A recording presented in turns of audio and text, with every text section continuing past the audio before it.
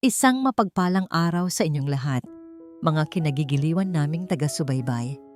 Muli, tayo ay magsasama-sama sa isang kwentong hindi lamang aantig sa inyong mga damdamin, kundi mag-iiwan din ng isang mahalagang aral na baon-baon ninyo sa inyong pag-uwi. Handa na ba ang inyong mga puso para sa isang paglalakbay na magtuturo sa atin kung ano nga ba ang tunay na kahulugan ng tagumpay at pagmamahal sa magulang? Sabi nila, ang pera ay kayang bumili ng marangyang bahay, masasarap na pagkain at mataas na katayuan sa lipunan. Ngunit ang tanong, kaya ba nitong bilhin ang kapayapaan ng loob kung ang pundasyon ng iyong yaman ay ang pagluha at pagtitiis ng taong nagbigay sa iyo ng buhay? Paano kung sa likod ng nagniningning na mga ilaw ng iyong tagumpay ay may isang sulok na puno ng dilim at pait para sa iyong sariling ina? Ang ulan ng gabing iyon sa San Calinaw ay tila isang babala.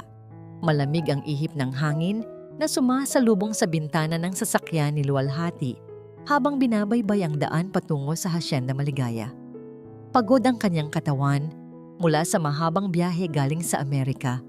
Ngunit ang kaniyang puso ay punong-puno ng pananabik. Sa kaniyang kandungan, mahigpit niyang hawak ang isang mamahaling kahon na naglalaman ng Global Excellence Award. Isang patunay na siya na ngayon ay isa sa pinakamatagumpay na negosyante sa kaniyang larangan. Sorpresa, Nay! Sorpresa, Lakan! Bulong ni Luwalhati sa kaniyang sarili habang may tipid na ngiti sa kaniyang mga labi. 3 linggo siyang nawala. 3 linggo niyang tiniis ang pangungulila sa kanyang asawa at lalo na sa kanyang inay Gunita. Habang papalapit ang sasakyan sa malaking tarangkahan ng hasyenda, napansin ni Luwalhati na ang buong paligid ay maliwanag na maliwanag. Higit pa sa dati, ang mga puno ng mangga sa tapat ng mansyon ay nababalot ng mga nagniningning na fairy lights. Maraming mamahaling sasakyan ang nakaparada sa labas. Maririnig mula sa malayo ang malakas na tugtugin at ang ingay ng tawanan. Kumunot ang noo ni Luwalhati. Hindi niya alam na may okasyon. Marahil ay ipinagdiriwang ng kanyang asawang si Lakan ang kanyang pagkapanalo kahit hindi pa siya nakakarating. Ang kaisipang yon ay nagbigay ng bahagyang init sa kanyang dibdib. Pinili niyang dumaan sa gilid na pinto, malapit sa kusina, upang hindi agad mapansin ng mga bisita. Gusto niyang makita muna ang kanyang ina bago siya humarap sa karamihan. Ngunit pagkapasok pa lamang niya sa pasilyo ng kusina, isang kakaibang amoy ang sumalubong sa kanya. Hindi ito ang amoy ng masasarap na putahe na inihahain sa engranding handaan sa main hall. Amoy ito ng panis na kanin at basang-basahan. Huminto ang kanyang paghinga nang marinig niya ang boses ng kanyang biyenan na si Viraya Talim. Bilisan mo riyan, Gunita. Huwag kang pabagal-bagal. Kapag may nakakita sa iyong bisita na ganyan ang itsura mo, mapapahiya kami. Pagkatapos mong kainin yan, maglinis ka agad ng mga pinagkainan sa labas. Intindido? Ang boses ni Viraya ay parang latigo na humahagupit sa katahimikan ng gabi. Dahan-dahang sumilip si Luwalhati sa maliit na siwang ng pinto patungo sa madilim na sulok sa ilalim ng hagdan, ang imbakan ng mga lumang gamit at sako ng bigas. Doon, sa ilalim ng isang bumbilyang aandap-andap, nakaupo sa isang maliit na bangkito si Inay Gunita. Ang kanyang ina, na dati ay laging maayos at mabango, ay suot ang isang kupas at butas-butas na duster. Ang kanyang buhok ay magulo at ang kanyang mga kamay ay nanginginig habang hawak ang isang plastik na platong may lamang kakaunting kanin at isang ulo ng isdang tila tira-tira na lamang mula sa handaan sa itaas. Oo po, madam. Pasensya na po. Medyo sumasakit lang po ang aking mga tuhod, mahinang sagot ni Inay Gunita. Ang boses nito ay wala ng buhay, parang isang kandilang malapit ng mapundi. Arte, marami kang reklamo. Pasalamat ka nga at pinapakain ka pa namin dito. Kung hindi dahil sa anak mong si Luwalhati na nagpapadala ng pera, matagal na kitang itinapon sa kalye. Ngayon, Ubusin mo na yan at kumilos ka na. Muling bulyaw ni Virea bago ito humakbang palayo. Ang tunog ng kaniyang mamahaling sapatos ay umaalingaw-ngaw sa pasilyo. Nanigas ang buong katawan ni Luwalhati. Ang kaniyang puso ay tila pinipiga ng isang dambuhalang kamay. Ang award na hawak niya ay tila naging kasing bigat ng 1 toneladang bakal. Ang perang pinaghirapan niya sa ibang bansa. Ang perang ipinapadala niya buwan-buwan para masiguro ang kaginhawaan ng kanyang ina. Doon ba napupunta? Sa mga fairy lights, sa mga bisitang nakasuot ng alahas habang ang kanyang ina ay itinuturing na mas mababa pa sa hayop? Hindi niya namalayan na unti-unti na siyang naglalakad papasok sa madilim na sulok na yon. Nay? Tawag niya sa isang boses na halos hindi marinig dahil sa pigil na iyak. Lumingon si Inay Gunita. Nang makita ang kanyang anak, ang unang reaksyon nito ay hindi tuwa, kundi takot.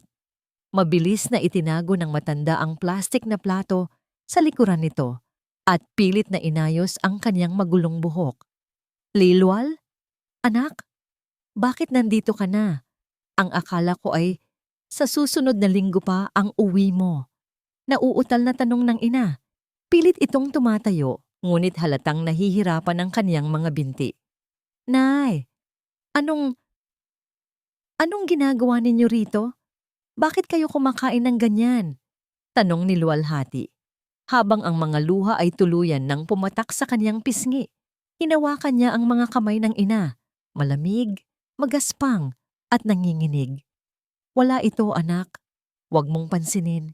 Masarap naman itong isda. Paborito ko ito. 'Di ba? Pagsisinungaling ng matanda habang pilit nang ngumingiti kahit ang kaniyang mga mata ay nagsusumamo. Huwag kang magalit sa kanila, Luwal. Maayos naman ako rito. Ayaw ko lang talagang makaabala sa mga bisita ni Lakan. Sa sandaling iyon, narinig ni Luwalhati ang boses ng kanyang asawang si Lakan mula sa main hall. Masaya itong tumatawa, nagpapasalamat sa mga bisita at ipinagmamalaki ang suportang ibinibigay niya sa kanyang asawang negosyante.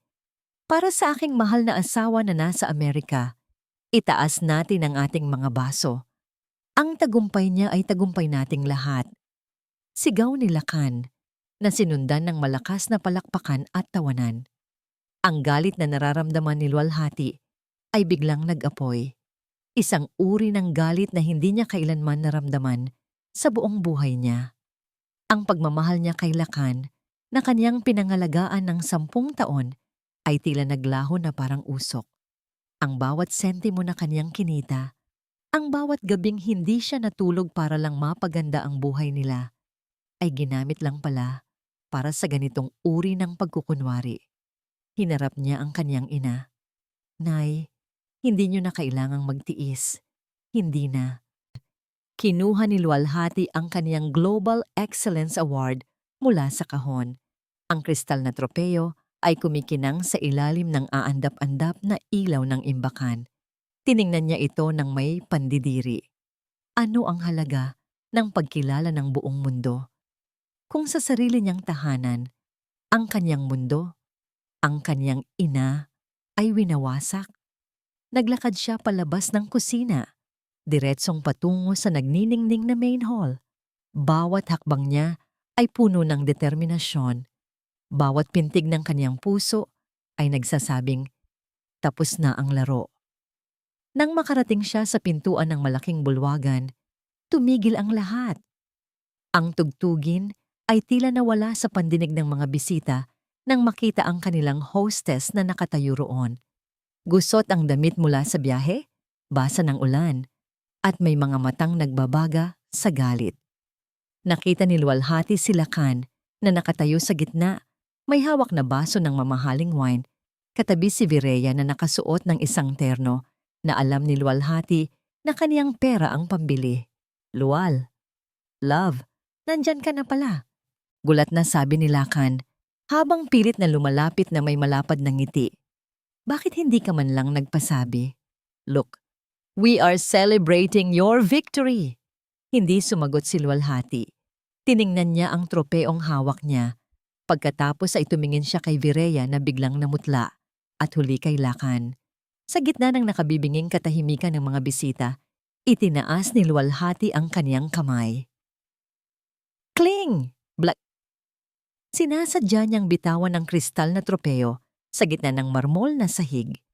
Nagkapira-piraso ang simbolo ng kanyang tagumpay at ang mga bubog nito ay humalsik hanggang sa paanan ni Lakan at Virea. Ang akala niyo ba, hindi ko malalaman? Ang malamig at mariing tanong ni Luwalhati na bumasag sa katahimikan. Ang ingay ng mga nabasag na kristal ay tila isang hatol na nagpatigil sa mundo sa loob ng Hacienda Maligaya. Ang bawat piraso ng Global Excellence Award na nakakalat sa paanan ni Lakan ay nagmimistulang mga bituing na laglag mula sa langit, nawalan ng ningning at naging matatalim na banta. Sandaling naghari ang katahimikan. Ang mga bisitang kanina lamang ay masayang nagtatawanan ay tila naging mga estatwa. Hindi alam kung paano magre-react sa nasaksihang eksena. Si Lakan ang unang nakabawi. Ang kanyang gulat ay mabilis niyang pinalitan ng isang maskara ng matinding pag-aalala. Agad siyang lumapit kay Luwalhati, pilit na hinahawakan ang mga balikat nito. Love, anong nangyari? Pagod ka lang ba sa biyahe? Bakit mo binitawan ang trophy? Halika, maupo ka muna. Ang malambing na boses ni Lakan na parang isang mapayapang dalampasigan ay sapat na sana para maniwala ang sinuman. Ngunit para kay Luwalhati, ang boses na yon ay parang kiskis ng bakal sa kaniyang pandinig. Tumingin siya sa kaniyang asawa, ang lalaking minahal niya, ang lalaking pinagkatiwalaan niya ng kaniyang buhay at ng kaniyang ina. Sa ilalim ng mga ilaw ng chandelier, nakita niya ang bahagyang panginginig ng mga labi ni Lakan. Hindi ito panginginig ng pag-aalala. Panginginig ito ng takot na mabuking. Huwag mo akong hawakan, Lakan, malamig na sabi ni Luwalhati. Ang kanyang boses ay hindi malakas, ngunit may bigat na nagpatahimik muli sa paligid. Dito na sumingit si Virea. Sa isang mabilis na galaw, hinarap nito ang mga bisita na may kasamang pilit na tawa. Nakuku, pasensya na po kayo. Mukhang masyadong na-overwhelm ang manugang ko sa kanyang tagumpay. Alam niyo naman, ang layo ng nilakbay niya. Lakan, iakyat mo muna si Luwalhati sa kwarto. Lumapit si Virea kay Luwalhati at bumulong. Ang kaniyang boses ay puno ng lason kahit nakangiti. Huwag kang gumawa ng eksena rito, Luwalhati. Mapapahiya tayo sa mga kaibigan namin. Ayusin natin ito sa loob. Eksena? Bahagyang natawa si Luwalhati, isang tawang puno ng pait. Ang eksenang nakita ko sa kusina. Madam, iyon ang totoong eksena na dapat makita ng lahat. Tumingin si Lakan sa kanyang ina. Pagkatapos ay muling humarap kay Luwalhati. Ang kanyang mga mata ay tila naging mapungay, punong-puno ng pekeng lungkot. Love, tungkol ba ito kay Nanay Gunita? Kung alam mo lang ang hirap na dinanas namin habang wala ka. Humakbang pabalik si Luwalhati, naguguluhan sa sinasabi ng asawa. Anong hirap? Napakainin siya ng tira-tira? Naitago siya sa madilim na sulok? Bumuntong hininga si Lakan at hinilot ang kanyang sentido, tila isang biktima ng sitwasyon. Hindi mo naiintindihan, Luwal, ang nanay mo. Nitong mga huling linggo, naging malalain ang kanyang pagiging ulyanin. Ayaw na niyang kumain sa lamesa kasama kami. Nagwawala siya kapag pinipilit namin. Ang sabi niya, gusto raw niyang magtago dahil may mga kaaway na humahabol sa kanya. Iyong nakita mo kanina, siya ang namilit na doon kumain. Pinagbigyan lang namin siya dahil baka lalong lumala ang kanyang kondisyon kapag pinigilan. Oo, Luwalhati, dugtong ni Virea habang kumuha ng panyo at pilit na nagpahid ng tuyong mata. Ilang beses kaming umiyak ni Lakan dahil hindi namin alam ang gagawin. Gusto ka naming tawagan sa Amerika pero ayaw naming maabala ang trabaho mo. Kami ang nagtiis sa kaniyang mga sumpok. Iyong duster na suot niya, siya mismo ang pumunit sa mga bago niyang damit. Masakit para sa amin na makita siyang ganyan, pero ano ang magagawa namin? Napako si luwalhati sa kaniyang kinatatayuan. Ang bawat salita ni Nalakan at Vireya ay tila mga palaso na tumatama sa kaniyang konsensya. Nagsimulang pumasok ang duda sa kaniyang isipan. Posible nga ba? Posible bang ang kaniyang ina ay nawawala na sa sarili? Alam niyang may edad na si Inay Gunita, ngunit bago siya umalis, maayos pa naman ito. Pero sabi nga nila, ang demensya ay mabilis umatake. Tumingin siya kay Lakan. Ang mukha ng kanyang asawa ay puno ng pagtitiis. Tumingin siya kay Vireya na tila isang martir na biyenan. Sa isang sandali, naramdaman ni luwalhati ang isang malaking kurot sa kaniyang puso. Kasalanan ko ba? Kasalanan ko bang iniwan ko siya para sa pera? Bakit hindi niyo sinabi sa akin? Mahinang tanong ni luwalhati. Ang kaniyang galit ay uanta-unting napapalitan ng matinding panghihina. Dahil ayaw naming bumagsak ang career mo, love, sabi ni Lakan habang dahan-dahang niayakap ang asawa. Lahat ng ginagawa namin para sa ikabubuti ng pamilyang ito. Pati ang pag-aalaga kay nanay, kahit mahirap, kinaya namin. Patawarin mo kami kung sa tingin mo ay nagkulang kami, pero ginawa namin ang lahat. Napasandal si luwalhati sa dibdib ni Lakan. Ang kanyang isip ay parang isang dagat na may malalaking alon. Totoo ba ang nakita niya kanina? O baka nga dala lang ng pagod at emosyon, kaya niya binigyan ng masamang pakahulugan ang lahat?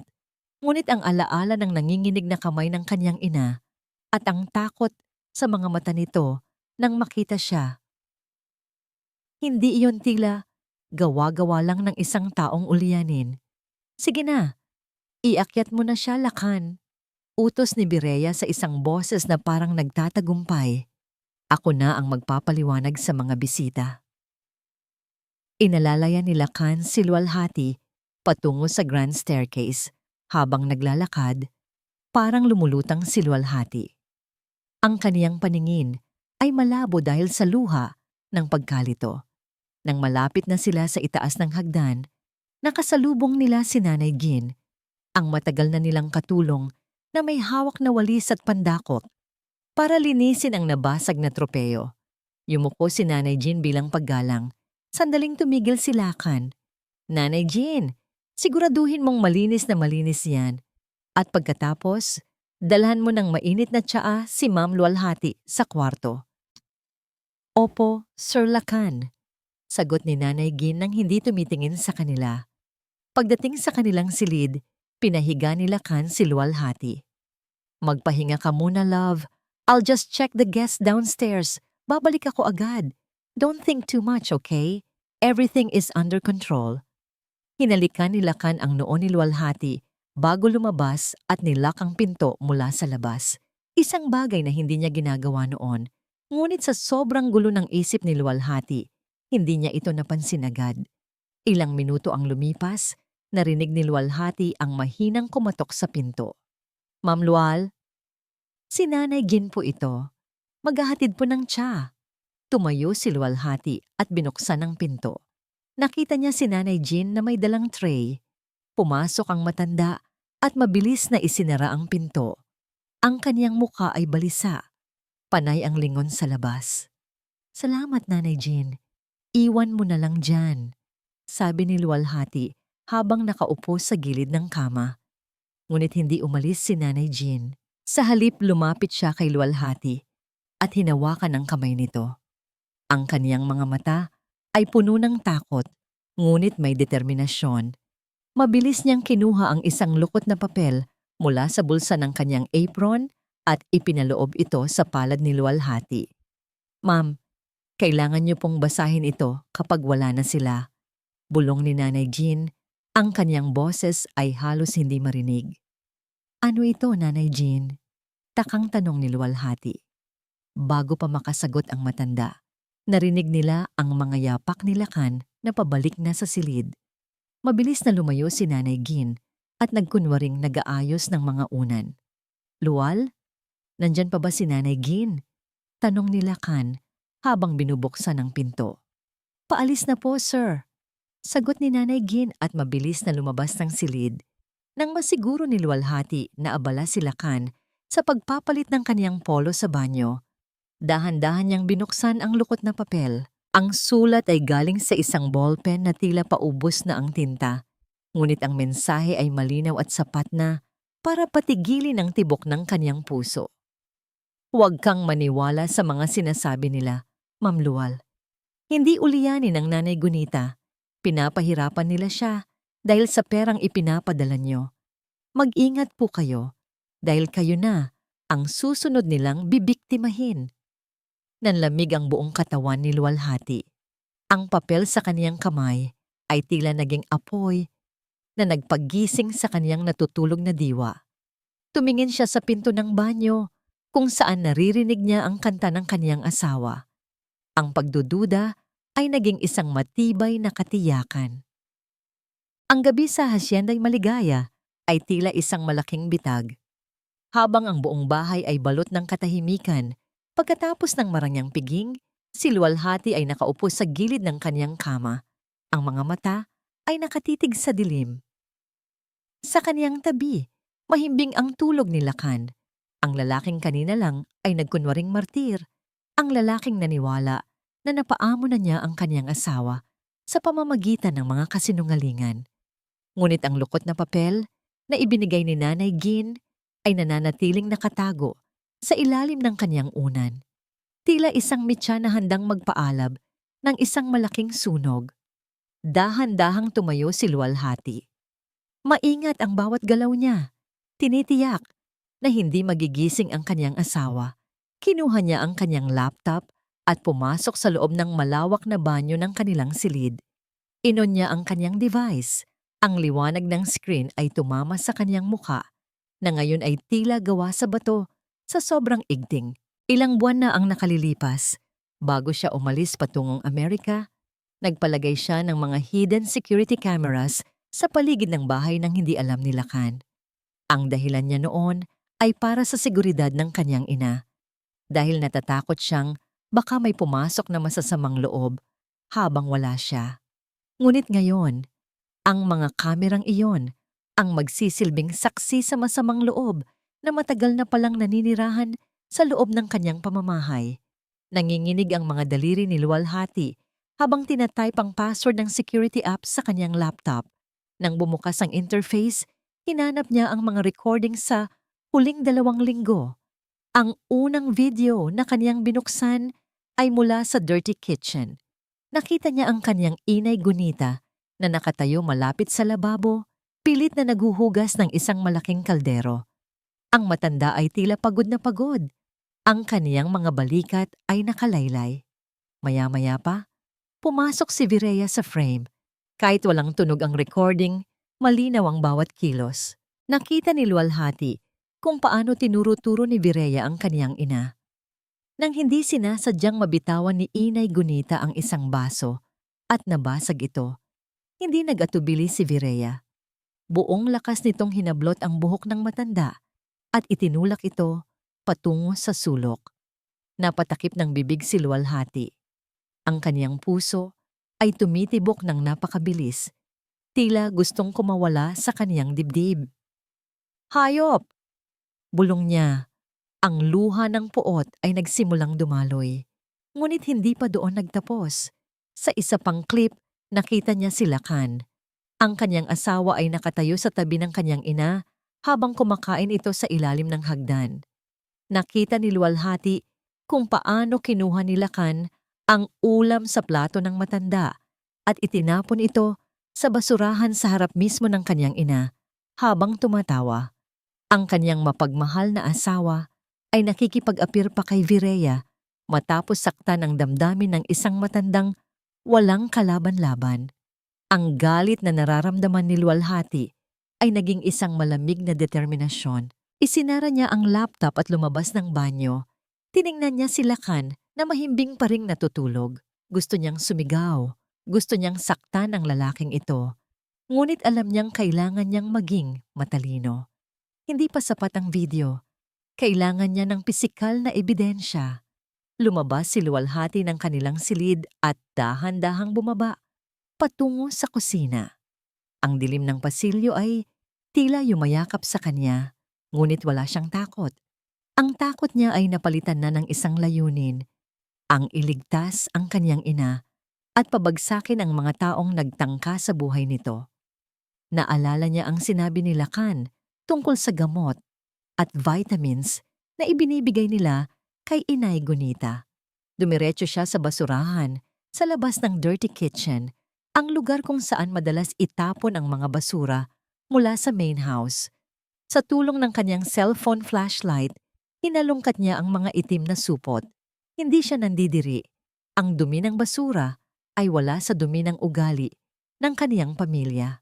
Pagkalipas ng ilang minuto, nakakita siya ng isang maliit na puting box ng gamot. Hindi ito vitamins. Binasa niya ang label, chlorpromazine, isang uri ng antipsychotic at sedative na ginagamit para sa mga malalang sakit sa isip. Ngunit sa maling dosis, maaari itong magdulot ng matinding pagkaantok, pagkalito, at pagkawala ng memorya, mga sintomas na pilit na ipinapamukha ni Lacan at Virea na uliyanin ang kanyang ina. Ngunit hindi lang iyon ang nahanap niya. Sa ilalim ng box, may isang reseta. Nakapangalan ito kay Gunita Pag-asa, ngunit ang pirmang doktor ay hindi pamilyar kay luwalhati. Ang nakakagimbal ay ang dosis. Triple ito sa karaniwang ibinibigay sa isang matanda.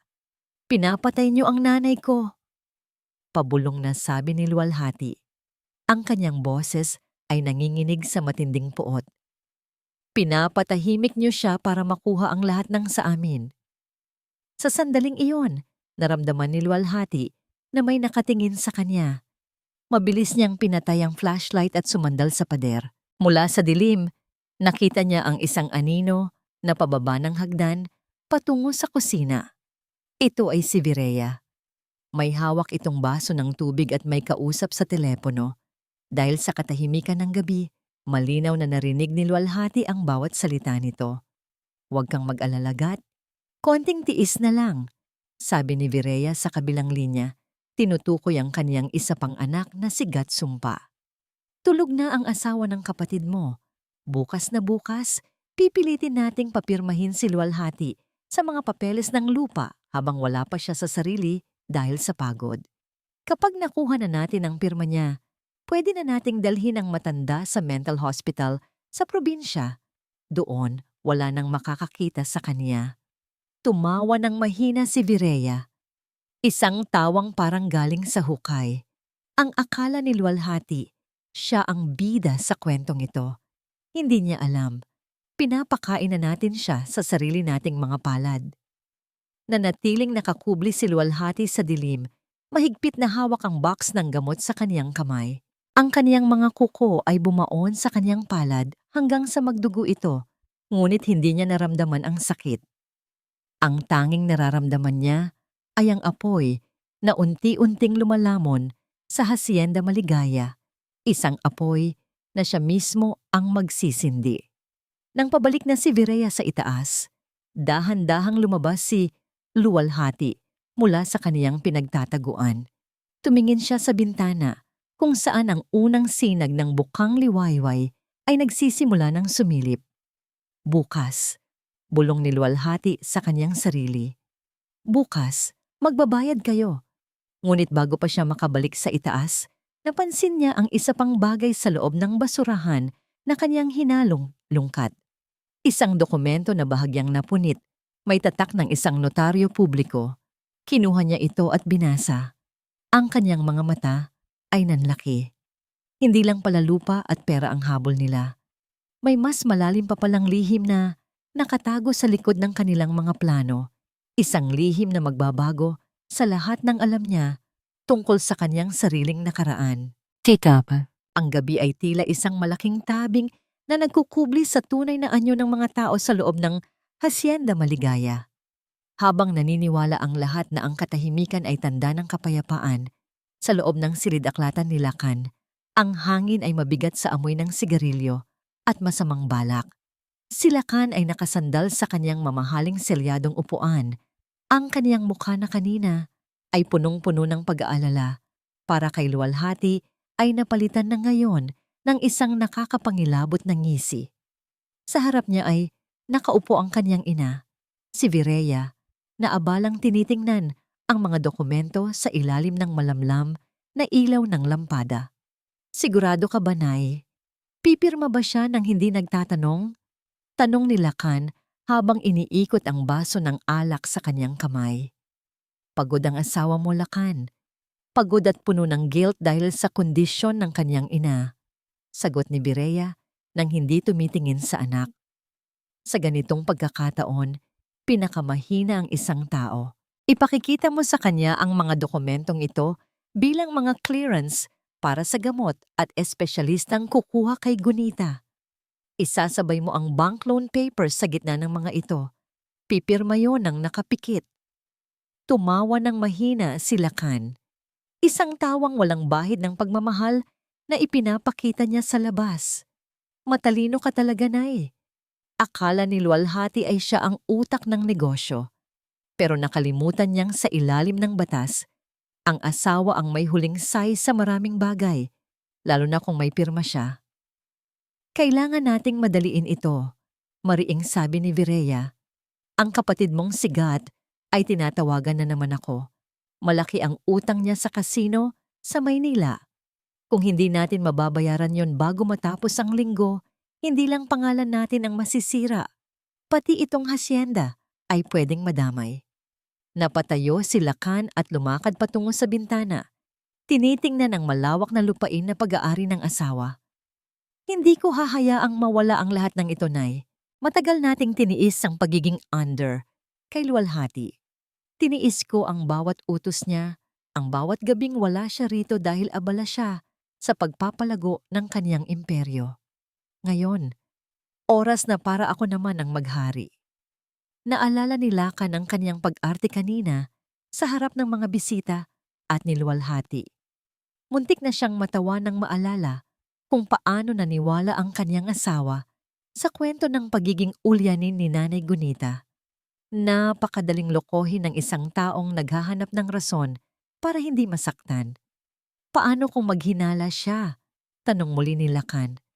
Nakita ko ang galit sa mga mata niya nang mabasag niya ang tropeo kanina. Ibang luwalhati ang nakita ko. Dala lang yon ng shock, anak. Kampanteng sagot ni Virea. At huwag mong kakalimutan, hawak natin ang kaniyang kahinaan, ang kaniyang ina. Hanggat naniniwala siya na tayo lang ang nag-aalaga kay Gunita, susunod siya sa atin. At kapag nakuha na natin ang kontrol sa kaniyang mga account sa bangko, kahit lumaban pa siya, wala na siyang magagawa. Isang pirma lang, Lakan. Isang pirma at mapapasa atin ang lahat. Binuklat ni Lakan ang isa sa mga folder. Ito ang dokumento para sa paglilipat ng ilang ari-arian ng kumpanya ni luwalhati sa isang shell company na lihim nilang binuo ni Gat. Ito ang magsisilbing exit plan nila kapag tuluyan na silang naghiwalay ng landas ng kanyang asawa. Konting tiis na lang, Nay. Bulong ni Lakan. Tila kinakausap ang dilim sa labas. Mapapasa atin din ang lahat. Ang perang pinaghirapan ni luwalhati, ang hasyenda maligaya. Lahat ng ito ay magiging bayad sa bawat segundong kailangan kong magkunwaring mahal siya. Hindi alam ni Lakan na sa labas ng pinto, sa gitna ng madilim na pasilyo, may isang aninong nakatayo. Si luwalhati. Ang bawat salita ng mag-ina ay parang mga kutsilyong tumatarak sa kanyang puso. Ngunit sa pagkakataong ito, hindi na siya umiiyak. Ang bawat katotohanang lumalabas sa bibig ni Lakan.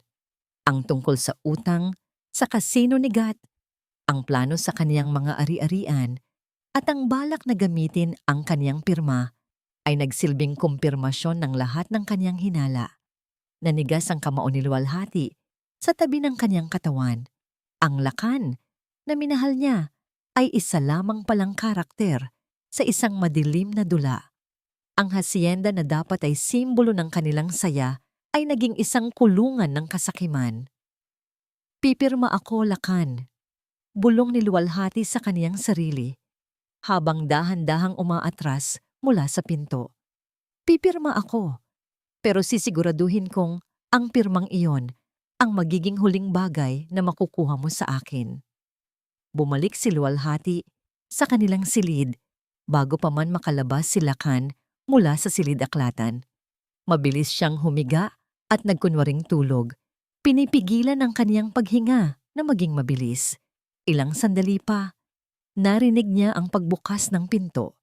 Naramdaman niya ang bigat ng katawan ni Lakan sa tabi niya sa kama. Naramdaman niya ang kamay nito na humaplos sa kaniyang buhok. Isang haplos na dati ay nagpapakalma sa kanya, ngunit ngayon ay nagbibigay sa kanya ng matinding pandidiri. Matulog ka ng mahimbing, mahal ko. Bulong ni Lakan sa kanyang tenga. Ang boses ay puno ng tamis na may kasamang lason. Dahil paggising mo bukas, sisimulan na natin ang paglipat ng lahat ng pasanin mo patungo sa akin. Sa ilalim ng kumot, mariing ipinikit ni luwalhati ang kanyang mga mata. Ang digmaan ay hindi na lamang tungkol sa kanyang ina. Ito ay tungkol na sa kanyang dangal, sa kanyang pinaghirapan, at sa kanyang kalayaan. Ang bukas ay hindi magiging simula ng kanyang pagkatalo. Ito ang magiging simula ng kanyang paghihiganti. Ang sikat ng araw sa Hacienda Maligaya noong hapong yon ay may dalang kakaibang dilaw na kulay, parang isang lumang litrato na unti-unting nasusunog. Sa loob ng kanyang silid, nakatayo si luwalhati sa harap ng malaking salamin. Suot niya ang isang itim na silk dress na tila baluti sa kanyang katawan. Ang kanyang buhok ay maayos na nakapusod at ang kanyang kolorete sa labi ay kasing pula ng sariwang dugo. Wala na ang mga luha sa kanyang mga mata. Ang tanging naroon ay ang isang malamig at matalas na titig na kayang humiwa sa anumang kasinungalingan. Ma'am Luwal, nakahanda na po ang lahat sa dining hall. Mahinang ulat ni Nanay Jean na pumasok sa silid. Ang matanda ay bakas ang kaba sa mukha, ngunit may isang uri ng pag-asa sa kanyang mga mata. Salamat, Nanay Jean. Nasaan ang inay? Tanong ni luwalhati habang isinusuot ang kanyang mamahaling relos. Nasa ligtas na silid na po siya, kasama ang mga taong inarkila niyo. Maayos po siyang nakakain at nakainom na ng tamang gamot. Sagot ng katulong. Tumango si luwalhati. Ngayon, oras na para sa huling hapon ni Lakan at Vireya sa bahay na ito. Pagbaba ni luwalhati sa grand staircase, nakita niya si Lakan at ang kanyang ina na si Vireya na naghihintay na sa hapagkainan. Ang dalawa ay tila na sa magandang mood. Marahil ay iniisip nila na ang paghahanda ni luwalhati ng hapunan ay tanda na nakuha na nila muli ang tiwala nito. Love, you look stunning, bati ni Lakan habang tumatayo para alalayan ang asawa. Ang kaniyang boses ay punong-puno ng tamis, ngunit para kay luwalhati, amoy nabubulok na karne ang bawat salitang lumalabas sa bibig nito. Salamat, Lakan. Naisip ko kasi, masyadong naging magulo ang pagdating ko kagabi. Gusto kong bumawi sa inyo ni Madam Vireya, sabi ni luwalhati na may isang misteryosong nanggiti. Mabuti naman at natauhan ka na, luwalhati, sabi ni Vireya habang inaayos ang kanyang kwintas. Ang pamilya ay dapat nagkakaisa, lalo na sa gitna ng mga pagsubok. Naupo si luwalhati sa kabisera ng lamesa, ang pwesto ng tunay na may-ari ng hacienda. Ang lamesa ay napapalamutian ng mga mamahaling kubyertos at silver platters na may takip. Ngunit kakaiba ang aura ng hapagkainan. Walang mabangong amoy ng litson o mamahaling steak na lumalabas mula sa mga takip. Buksan na ang mga pagkain, utos ni luwalhati. Lumapit ang mga katulong at sabay-sabay na itinaas ang mga silver cover. Ang mga mata ni Lakan at Vireya ay nanlaki sa gulat. Ang kaniyang ina ay napasinghap, habang si Lakan ay napakunot noo. Sa harap ni Vireya naroon ang isang mangkok ng kanin na halatang panis na at may ilang amag. Sa tapat naman ni Lakan ay isang plato ng mga ulo ng isda na tila tira-tira mula sa basurahan. kasama ang ilang piraso ng tuyong gulay na kulay itim na. Ano ito, luwalhati? Pasigaw na tanong ni Vireya habang tumatayo at tinatakpan ang kaniyang ilong. Isang insulto ba ito? Anong klasing pagkain ang inihahain mo sa amin? Nanatiling kalmado si luwalhati. Sumandal siya sa kaniyang upuan at uminom ng kaunting tubig mula sa kaniyang kristal na baso. Bakit, madam? Hindi ba pamilyar sa inyo ang mga pagkaing yan? Iyan ang inihahain niyo kay Inay Gunita tuwing wala ako. Di ba? Namutla si Lakan. Subalit mabilis itong nakabawi at pilit na tumawa. Love, anong pinagsasabi mo? Baka napagod ka lang talaga. We told you, Nanay Gunita is... Huwag mong ituloy ang kasinungalingang yan, Lakan. Putol ni luwalhati. Ang kanyang boses ay parang kidlat na nagpatahimik sa buong silid. Nakita ko ang lahat.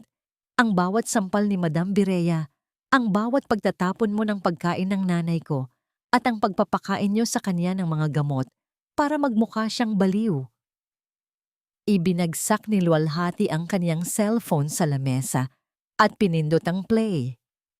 Ang boses ni Vireya at Lakan mula sa kinalap niyang recordings kagabi ay umalingaw-ngaw sa silid. Ang usapan nila tungkol sa kasino ni Gat, ang plano sa lupa, at ang pagpapadala kay Inay Gunita sa mental hospital. Ang katahimikan sa dining hall ay naging nakakasakal. Si Vireya ay tila naging estatwa sa kanyang kinatatayuan, habang si Lakan ay hindi makatingin ng diretso kay luwalhati. Akala niyo ba ay ganoon ako kadaling lokohin? Tanong ni luwalhati. Ang kaniyang boses ay nanginginig sa pinaghalong puot at sakit. 10 taon, Lakan. 10 taon kitang minahal at pinagkatiwalaan. Ibinigay ko sa inyo ang lahat ng karangyaan, pero ang isinukli niyo ay ang pagpapahirap sa kaisa-isang taong nagmahal sa akin ng totoo. Luwalhati, makinig ka muna. Subok ni Lakan habang lumalapit. Ang kaniyang mukha ay muling nagsuot ng maskara ng pagsisisi. Nagagawa lang namin yun dahil kailangan namin ng pera. Si Gat, nanganganib ang buhay niya. Wala akong pakialam sa buhay ni Gat. Sigaw ni luwalhati habang tumatayo. Ang perang pinaghirapan ko ay hindi para sa mga utang sa sugal ng pamilya niyo. At lalong hindi para gamitin niyo laban sa nanay ko. Kinuha ni luwalhati ang isang makapal na brown envelope mula sa kaniyang tabi. Ito ba ang hinihintay niyo? Ang mga dokumento para sa bank loan at transfer of assets? Nagkaroon ng ningning sa mga mata ni Vireya, kahit na huli na sila sa kanilang gawain. Akala niya ay nakuha pa rin nila ang kaniyang gusto. Ngunit bago pa man makapagsalita ang matanda, binuksan ni luwalhati ang envelope at isinaboy ang mga papel sa gitna ng hapagkainan, diretso sa ibabaw ng mga panis na pagkain. Basahin niyo yan, sabi ni luwalhati na may nakakatakot na ngisi. Dali-daling kinuha ni Lakan ang isa sa mga papel, ngunit hindi ito ang dokumento para sa transfer of assets. Ito ay mga bank notices at legal injunctions. Ang lahat ng joint accounts natin, Lakan, ay frozen na. Ang mga credit cards niyo ni Madam Vireya, deactivated na rin. At ang Hacienda Maligaya, matagal ko nang inilipat ang ownership nito sa isang trust fund na tanging ako at si Inay Gunita lang ang may access. Paliwanag ni luwalhati. Ano? Sigaw ni Vireya. Hindi mo pwedeng gawin ito. Asawa ka ni Lakan. Asawa niyo lang ako sa papel, pero sa mata ng batas. Ako ang may-ari ng bawat hibla ng yaman na tinatamasa niyo ngayon. Malamig na tugon ni luwalhati. Simula sa segundong ito, wala na kayong makukuha kahit isang duling na sentimo mula sa akin. At ang mga dokumentong sinubukan niyong ipapirma sa akin, ibinigay ko na ang kopya niyan sa mga abogado ko at sa pulisya bilang ebidensya ng attempted fraud. Napaupo si Lakan sa kaniyang upuan. Ang kaniyang mukha ay wala ng kulay. Ang kaniyang imperyo na binuo sa kasinungalingan ay naguguho na sa harap ng kaniyang mga mata. Ubusin niyo ang pagkain niyo, sabi ni luwalhati habang naglalakad patungo sa pinto.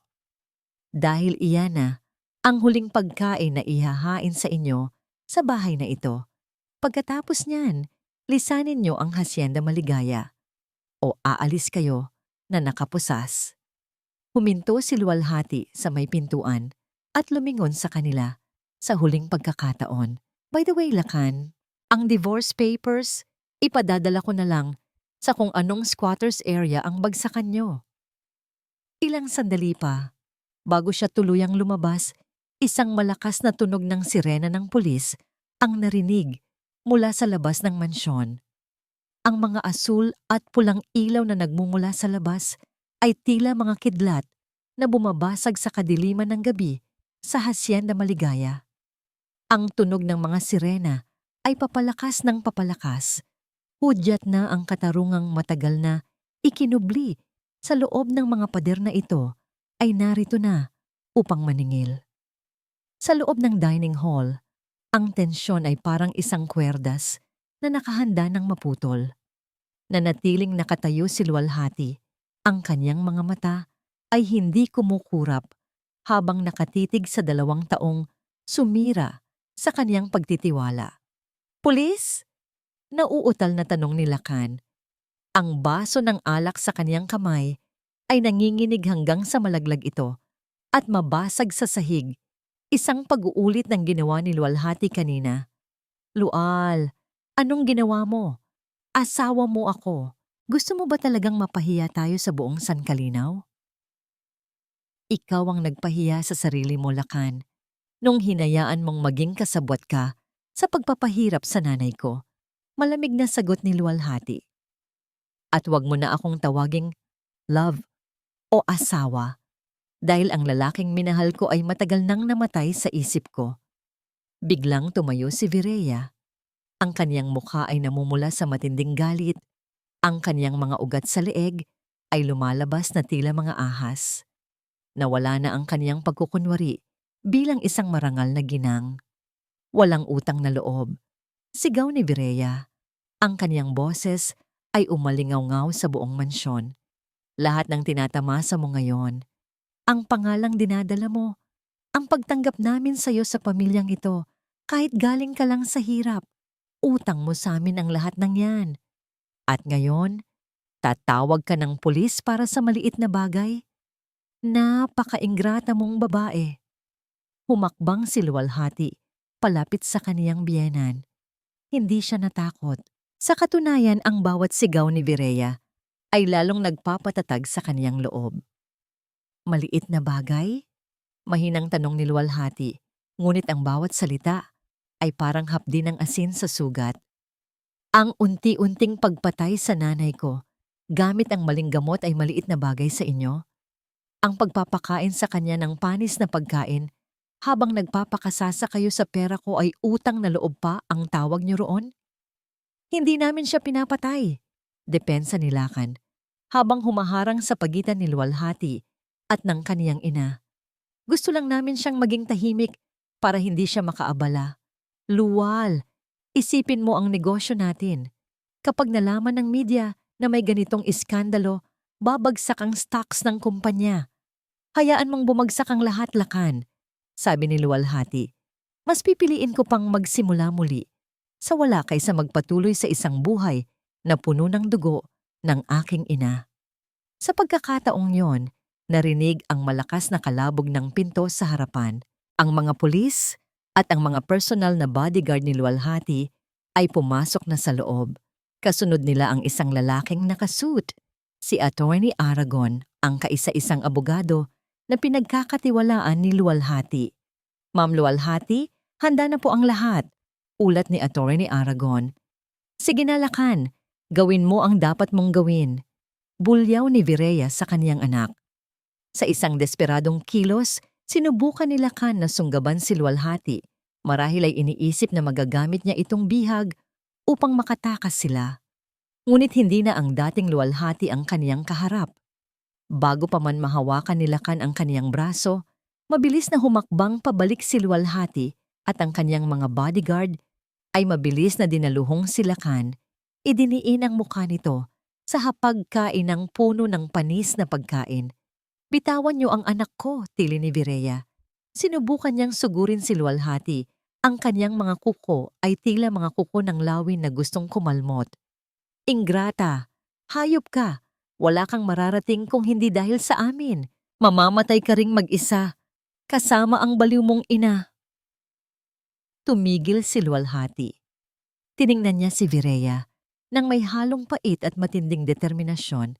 Sa isang iglap, itinaas ni Luwalhati ang kaniyang kamay at pak! Isang malakas na sampal ang dumapo sa pisngi ni Virea. Ang tunog nito ay tila isang putok ng baril na nagpatahimik sa lahat. Ang mukha ni Virea ay napalingon sa lakas ng tama at ang kaniyang mamahaling hikaw ay nalaglag sa sahig. Ang sampal na yan ay para sa bawat luhang pumatak sa mga mata ng nanay ko. Sabi ni Luwalhati, ang kaniyang boses ay nanginginig sa matinding emosyon. At ang susunod na sasabihin ko ay para sa inyong dalawa. Hindi ko kayo kailangan. Ang pangalang ibinigay nyo, isasama ko yan sa basurahan pag-alis ko. Ang perang ninakaw nyo, pagbabayaran nyo yan sa loob ng rehas. Lumingon si Luwalhati sa mga pulis. Dalhin nyo na sila. Habang pinoposasan si Lacan at si Virea, mabilis na tumakbo si Luwalhati patungo sa kusina, doon sa madilim na sulok sa ilalim ng hagdan. Ngunit pagdating niya roon, wala na ang kanyang ina. Nanay Jean, nasaan si inay? Hiyaw ni Luwalhati. Ang kaba ay muling bumabalot sa kanyang puso. Mula sa likurang pinto, lumabas si Nanay Jean, kasama ang dalawa pang bodyguard na inarkila ni Luwalhati.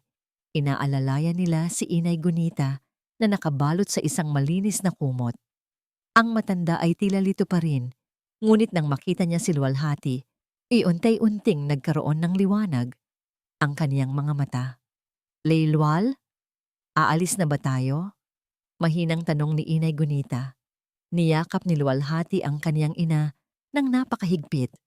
Opo, Nay. Aalis na tayo. Hindi na tayo babalik dito kahit kailan.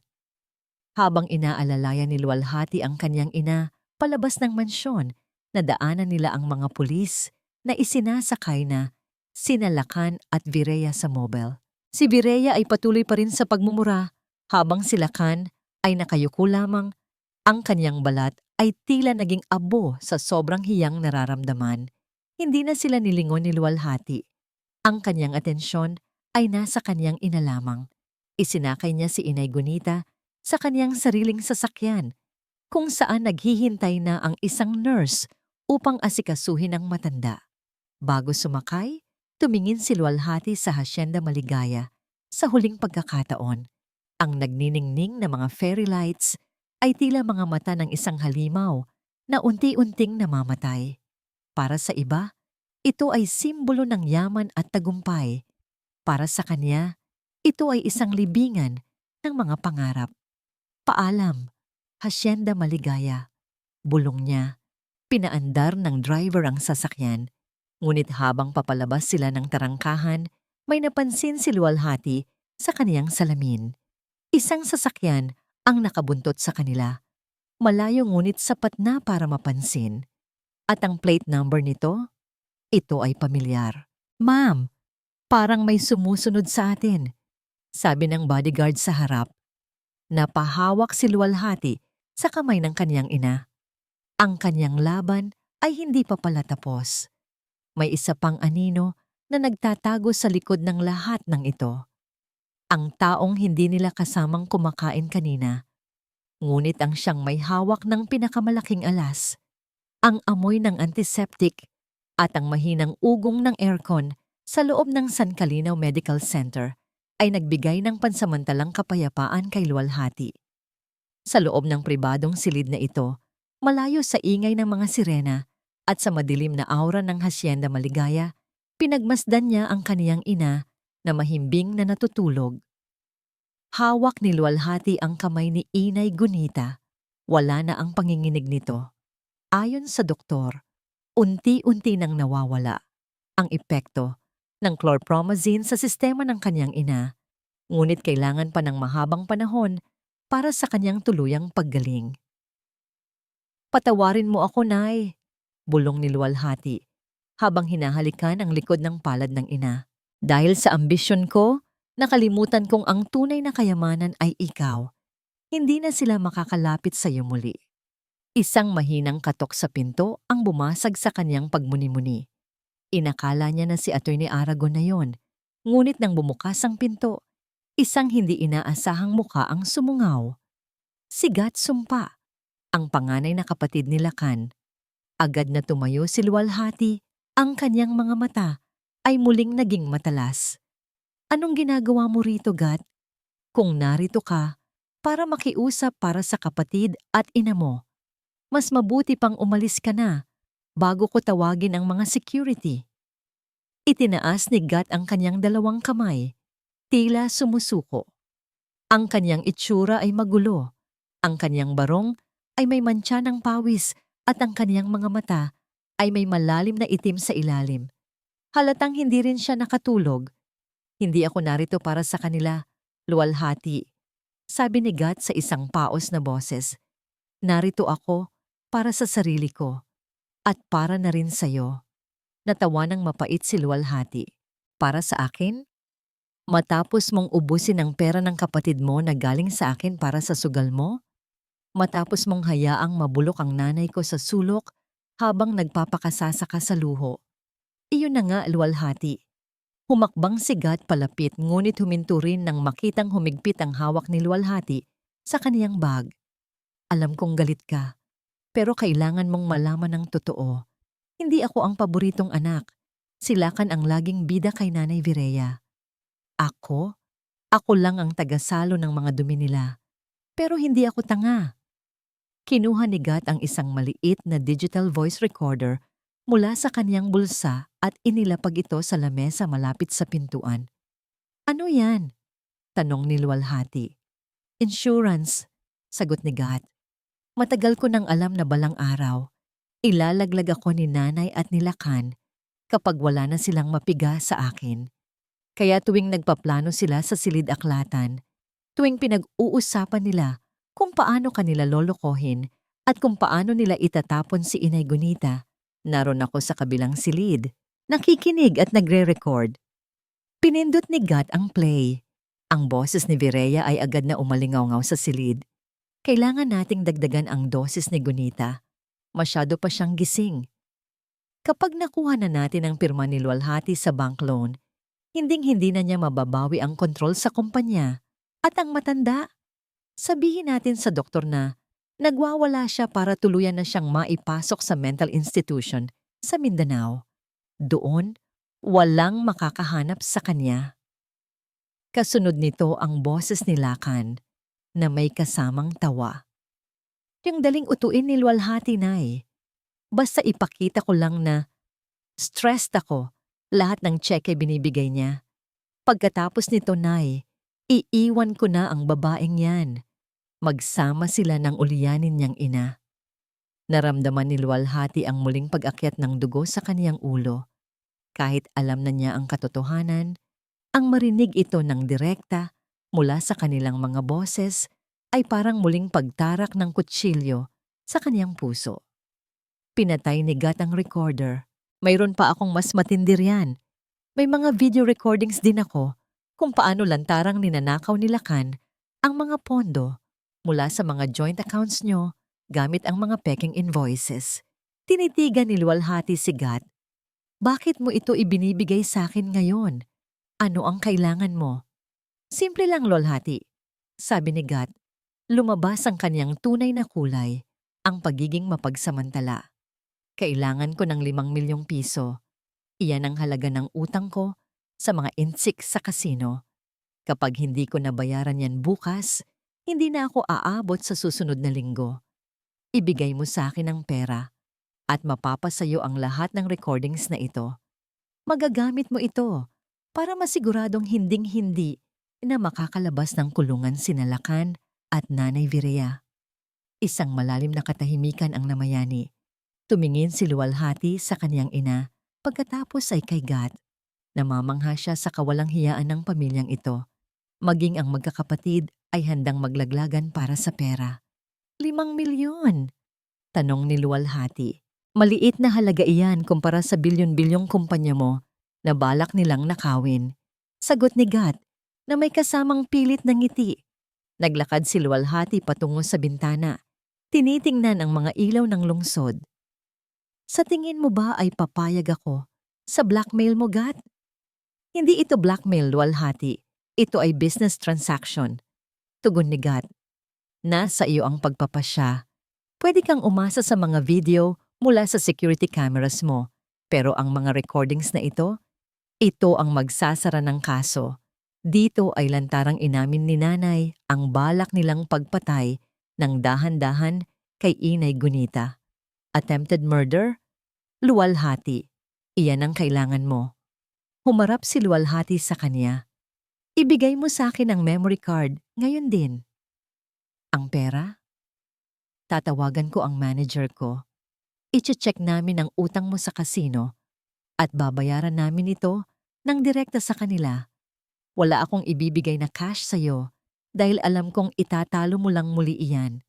Sabi ni Luwalhati sa isang boses na walang puwang para sa negosasyon. At pagkatapos nito, Gat, aalis ka ng bansa. Hinding-hindi ka na magpapakita sa akin o sa nanay ko kahit kailan. Dahil kung hindi, isasama kita sa kulungan ni Nalakan. Napalunok si Gat. Alam niyang seryoso si Luwalhati. Dahan-dahan niyang inilabas ang maliit na memory card mula sa kaniyang wallet at inilapag ito sa lamesa. Deal, sabi ni Gat. Nang makuha ni Luwalhati ang memory card, naramdaman niya ang isang uri ng ginhawa. Ito na ang huling pako sa kabaong ng kaniyang nakaraan sa Hacienda Maligaya. Umalis ka na, utos ni Luwalhati nang hindi tumitingin sa kanya. Nang makaalis si Gat, muling naging tahimik ang silid.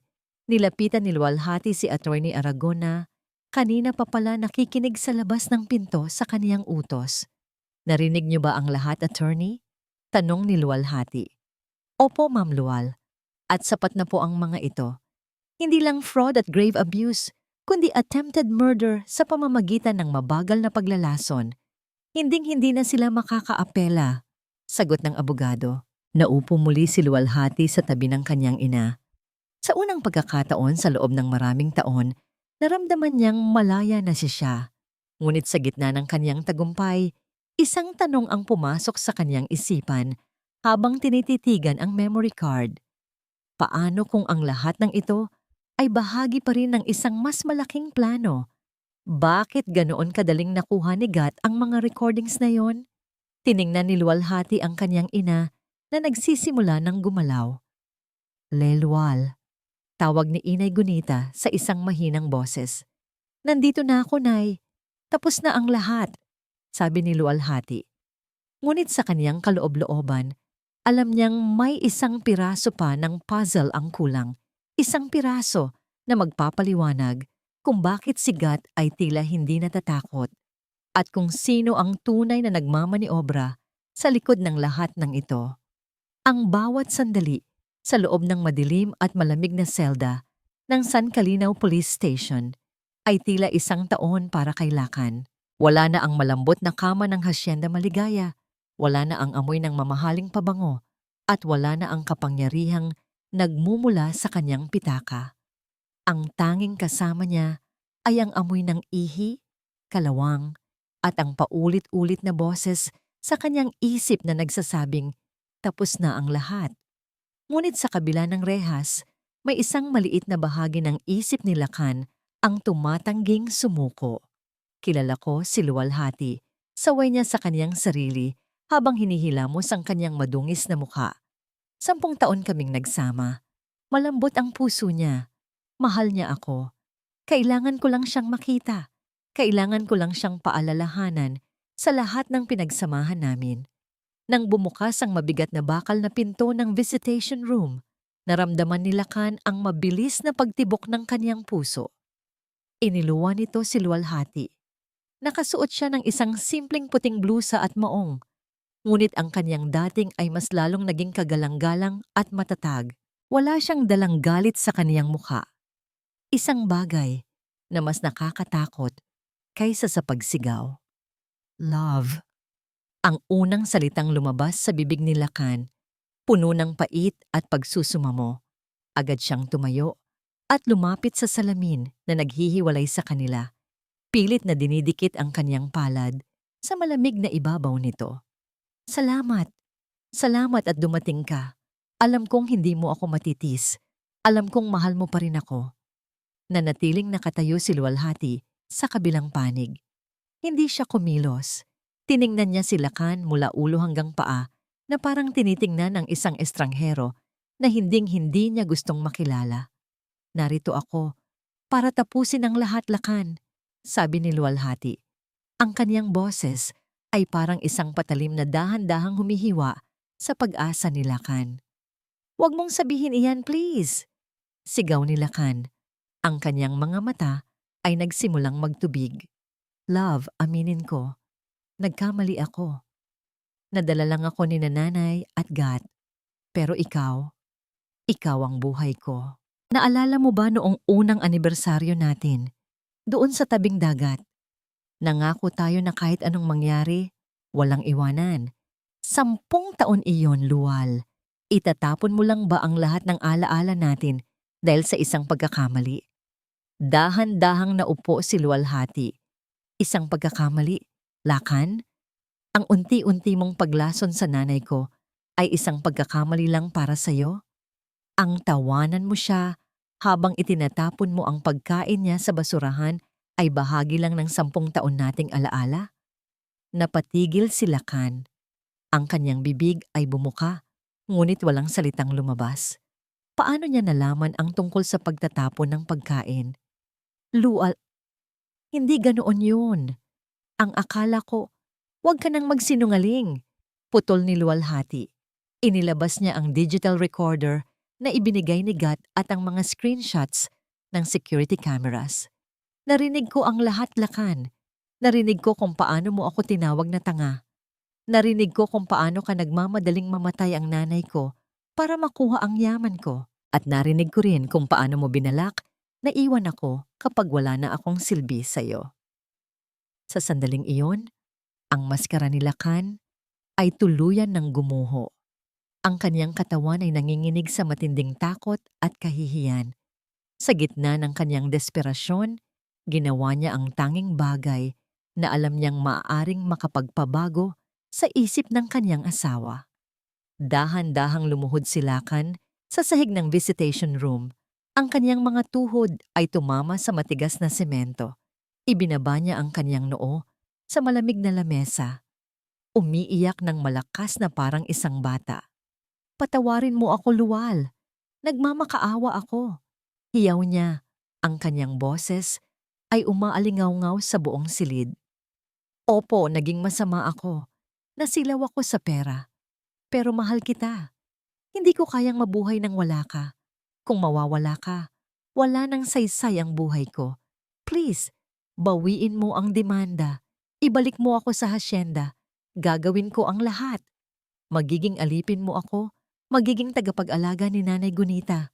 Huwag mo lang akong iwan. Tumingin si Luwalhati sa lalaking nakaluhod sa harap niya. Noong una, marahil ay maawa siya. Noong una, marahil ay tutulungan niya itong tumayo. Ngunit ngayon, ang tanging nararamdaman niya ay ang matinding pagkadiri. Ang luhang dumadaloy sa mukha ni Lakan ay hindi luhang galing sa pagsisisi, kundi luhang galing sa takot na mawalan ng luho. Kinuha ni Luwalhati ang isang asul na envelope mula sa kanyang bag. Dahan-dahan niya itong itinulak sa ilalim ng siwang ng salamin. Ano ito? Tanong ni Lakan, habang nanginginig na kinukuha ang envelope. Ang kanyang puso ay puno ng pag-asa. Marahil ay bail papers ito. Marahil ay pagkakataon para makalabas. Ngunit nang buksan niya ang dokumento, ang unang salitang nabasa niya ay Petition for Annulment of Marriage. Iyan ang huling ugnayan natin, Lakan, sabi ni Luwalhati. Ang kaniyang boses ay kasing lamig ng semento sa ilalim ng tuhod ni Lakan. Pinirmahan ko na yan. Ang lahat ng joint properties ay kinuha ko na pabalik sa pangalan ko. Ang tanging matitira sa'yo paglabas mo ng kulungan, kung makakalabas ka pa, ay ang mga damit na suot mo ngayon. Luwalhati! Hindi! Sigaw ni Lakan, pinupunit ang mga papel sa sobrang galit. Hindi mo ito pwedeng gawin. Asawa mo ako. Hindi ako papayag. Wala kang magagawa, Lakan.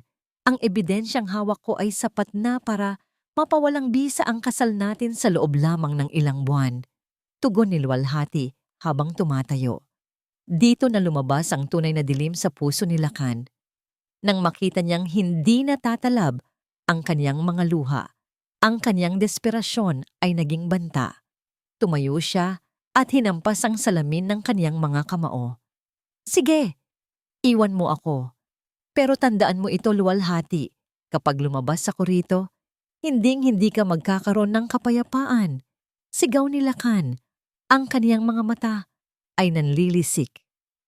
At kung hindi kita makukuha muli, tatapusin ko na lang ang buhay ko.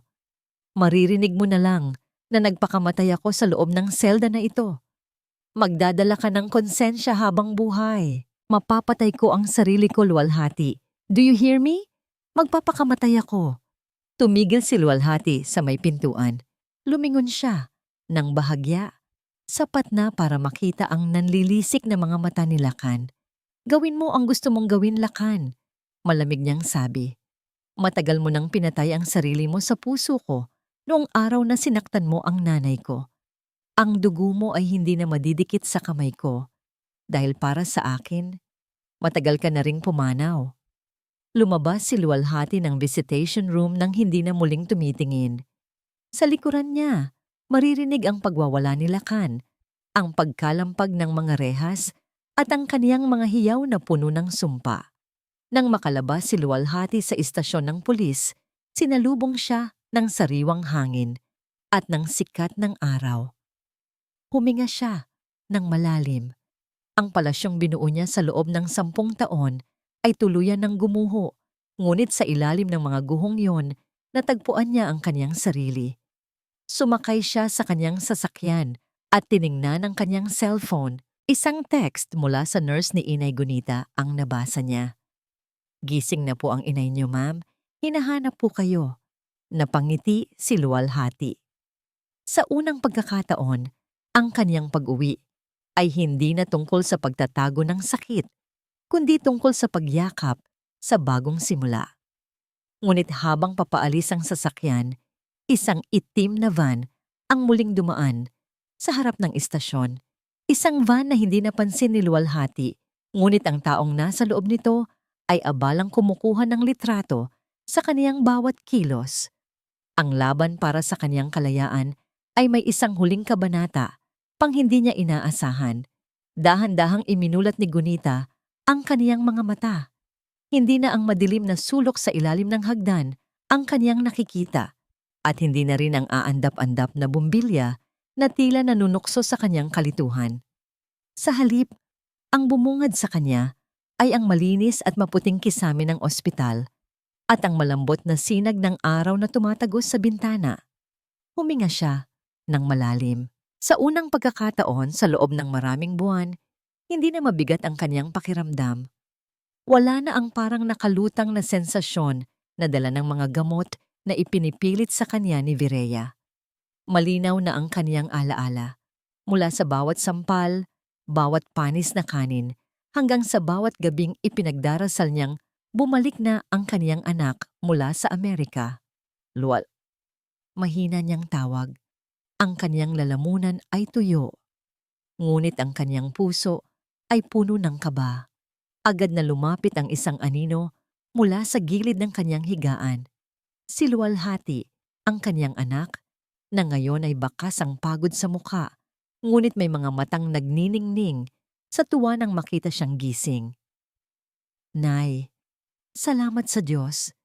Gising na kayo ng maayos, sabi ni Luwalhati habang hinahawakan ang kaniyang kamay.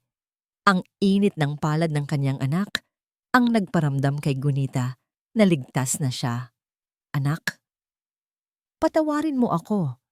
Ang unang lumabas sa bibig ni Gunita. Ang kanyang mga mata ay nagsimulang magtubig. Nay, bakit kayo humihingi ng tawad? Ako dapat ang humingi ng tawad sa inyo. Napabayaan ko kayo. Hinayaan ko silang saktan kayo sa loob ng sarili nating bahay. Umiiyak na, sabi ni Luwalhati. Umiling si Gunita. Pilit siyang umupo sa tulong ni Luwalhati. Hindi anak, nanahimik ako.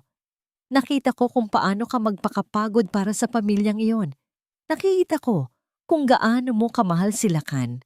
Ayaw kong maging dahilan ng pagkasira ng inyong pagsasama.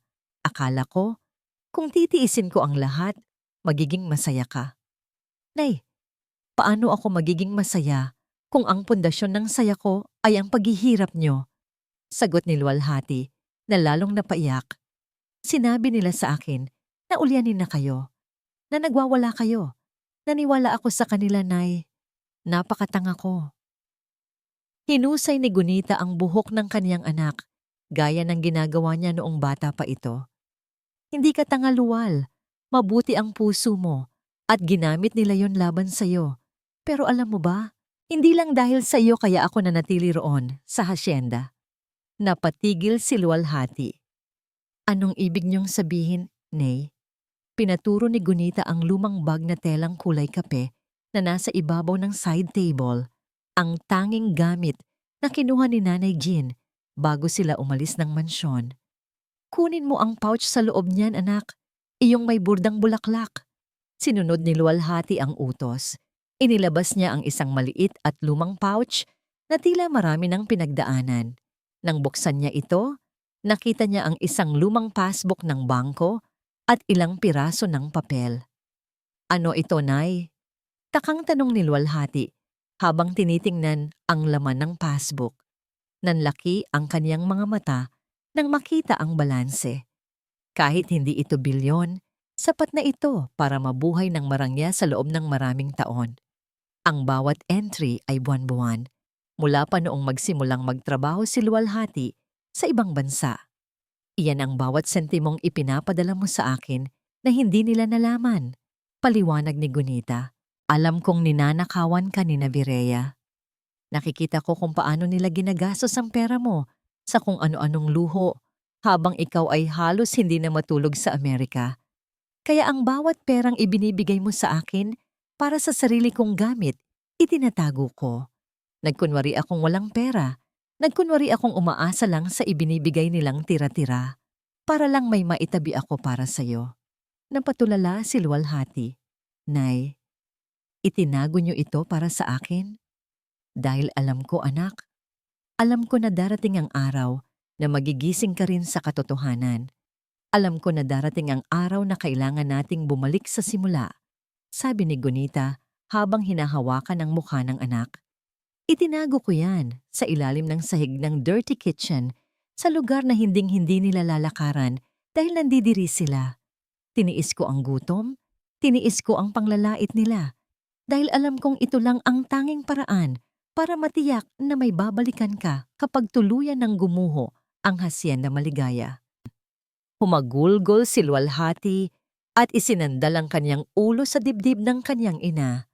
Ang sakripisyo ng kanyang ina ay higit pa sa anumang halaga ng pera. Habang siya ay abala sa pagbuo ng isang imperyong kontrolado ng mga kaaway, ang kanyang ina ay tahimik na bumubuo ng isang matibay na salbabida para sa kanya. Sobra-sobra na ang ibinigay niyo sa akin, Nay, bulong ni Luwalhati. Wala itong halaga kumpara sa kaligtasan mo, anak, tugon ni Gunita. Ngayon, gusto ko nang lisanin ang sankalinaw. Ayaw ko nang makakita ng mga pader na gawa sa semento. Gusto ko ng dagat. Gusto ko ng hangin. Gusto ko ng lugar kung saan walang nakakaalam kung sino tayo. Tumango si Luwalhati. Ang kanyang mga mata ay puno ng bagong determinasyon. Gagawin natin yan, Nay. Nag-usap na kami ni Atty. Aragon. Ibinebenta ko na ang hasyenda Maligaya. Ang kumpanya, iiwan ko na sa mga board of directors at kukuha lang ako ng share. Magtatayo tayo ng bagong buhay. Isang maliit na bahay sa tabing dagat, gaya ng pangarap niyo dati. Niyakap ni Gunita ang kanyang anak ng mahigpit. Ang pait ng nakaraan ay tila unti-unting tinatangay ng agos ng kanilang mga luha. Ang tunay na yaman ay hindi ang ginto sa bangko, kundi ang pagmamahal na kayang magtiis ng lahat para sa kapakanan ng mahal sa buhay. Magsisimula tayo muli, Luwal, sabi ni Gunita. Ngunit habang nagpaplano ang mag-ina, isang katok muli ang narinig sa pinto. Pumasok si Attorney Aragon na may seryosong mukha. Ma'am Luwal, kailangan niyo pong makita ito, sabi ng abogado habang ipinapakita ang kaniyang tablet.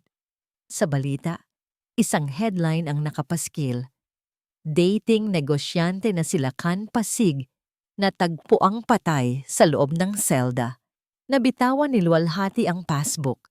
Tumingin siya sa kaniyang ina na ang mga mata ay muling nabalot ng gulat at takot. Ang banta ni Kan bago siya umalis sa presinto ay tila naging isang madilim na katotohanan. Nagpakamatay po ba siya, attorney? Tanong ni Luwalhati sa isang nangangatal na boses. Umiling si Attorney Aragon. Iyon ang unang hinala, ma'am. Pero ayon sa inisyal na report ng medical legal, may nakitang bakas ng lason sa kanyang sistema. Lason na kapareho ng ibinigay nila sa inyong ina. At ang huling taong bumisita sa kanya bago siya mamatay ay ang kanyang sariling ina, si Madam Vireya. Nanlamig ang buong katawan ni Luwalhati. Ang kanyang ina, si Gunita, ay napakapit sa kanyang braso. Ang digmaan sa loob ng pamilya Pasig ay hindi pa pala natatapos sa kulungan. Ang halimaw ay handang pumatay ng sariling anak para lang hindi madamay sa huling paghuhukom. Ang silid hukuman ng San Kalinaw ay tila isang arena ng huling paghuhukom. Ang bawat upuan ay puno, mula sa mga batikang mamamahayag hanggang sa mga datihang kaibigan sa alta sosyedad na sabik na makasaksi sa pagbagsak ng tanyag na pamilyang Pasig. Ang hangin ay mabigat, pamilyar sa amoy ng lumang papel at ng malamig na katarungang matagal na naitago. Nakasandal si Luwalhati sa kanyang upuan, suot ang isang itim na pansut na nagpapakita ng kanyang awtoridad. Sa kanyang tabi, mahigpit niyang hawak ang kamay ni Inay Gunita. Ang kanyang ina ay nakasuot ng malinis na puting blusa. Ang kanyang mukha ay maayos na at wala na ang bakas ng takot. Ngunit para kay Luwalhati, ang bawat tibok ng kanyang puso ay isang paalaala sa lahat ng hirap na pinagdaanan nila. Sa kabilang panig, nakaupo si Vireya Talim. Kahit nasa gitna ng kaso, pilit pa rin itong pinananatili ang kanyang marangyang itsura. Suot ang kanyang paboritong perlas at makapal na makeup. Ngunit sa likod ng kanyang maskara, nakikita ni Luwalhati ang panginginig ng mga kamay nito. Si Vireya ay mag-isa. Wala si Lakan, wala si Gat. Tumayo ang lahat para sa kagalang-galang na hukom, sigaw ng bailiff. Nagsimula ang pagdinig. Ang bawat minuto ay tila isang paghimay sa maruming lihim ng Hacienda Maligaya. Tumayo si Attorney Aragon at isa-isang inilatag ang mga ebidensya, ang mga reseta ng maling gamot, ang testimonya ng mga doktor, at ang mga video mula sa security cameras na nagpapakita ng pang-aapi kay Inay Gunita. Narinig ang bulong-bulungan sa buong silid nang ipakita ang video kung saan tinatapon ni Lakan ang pagkain ng matanda habang si Vireya ay nakatingin lamang at tumatawa. Ang imahe ng marangal na pamilya ay gumuho sa harap ng publiko. Ito po, kagalang-galang na hukom, ay hindi lamang kaso ng pang-aabuso sa matanda. Mariing sabi ni Attorney Aragon, ito ay isang sadyang pagtatangka sa buhay ng isang tao para sa pansariling interes at kasakiman. Nang tawagin si Luwalhati sa witness stand, ang buong silid ay tumahimik. Tumingin siya ng diretso kay Vireya. Ang kanyang boses ay matatag, walang panginginig. 10 taon akong naglingkod sa pamilyang yan.